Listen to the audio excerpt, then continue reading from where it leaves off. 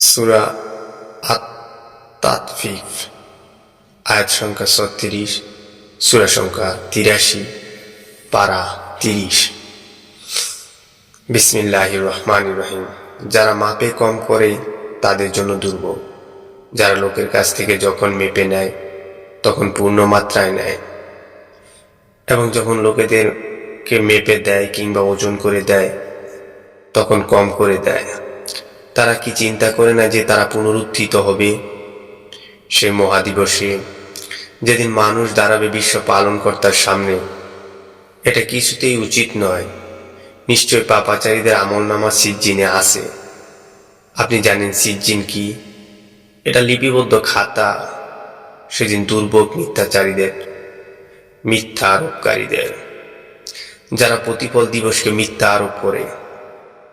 প্রত্যেক সীমা লঙ্ঘনকারী পাপিষ্ঠ কেবল একে মিথ্যা আরোপ করে।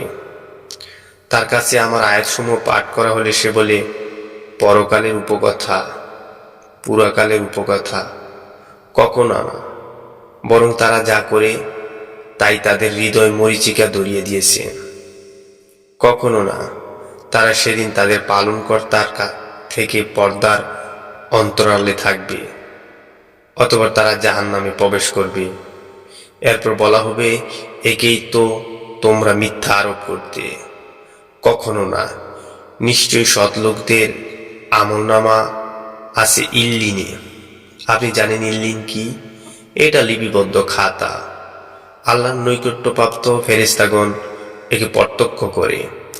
নিশ্চয়ই সৎলোকগণ থাকবে পরম আরামে, সিংহাসনে বসে অবলোকন করবে।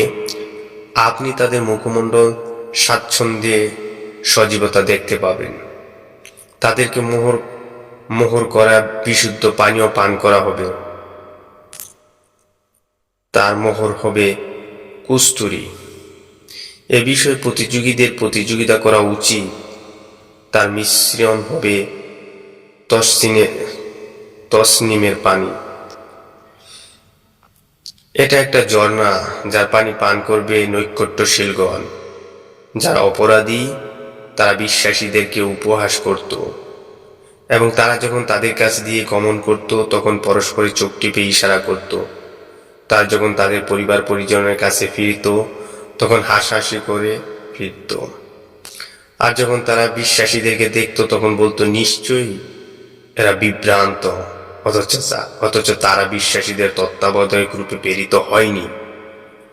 আর যারা বিশ্বাসী তারা কাফেরদেরকে উপহাস করেছে, সিংহাসনে বসে তাদেরকে অবলোকন করছে।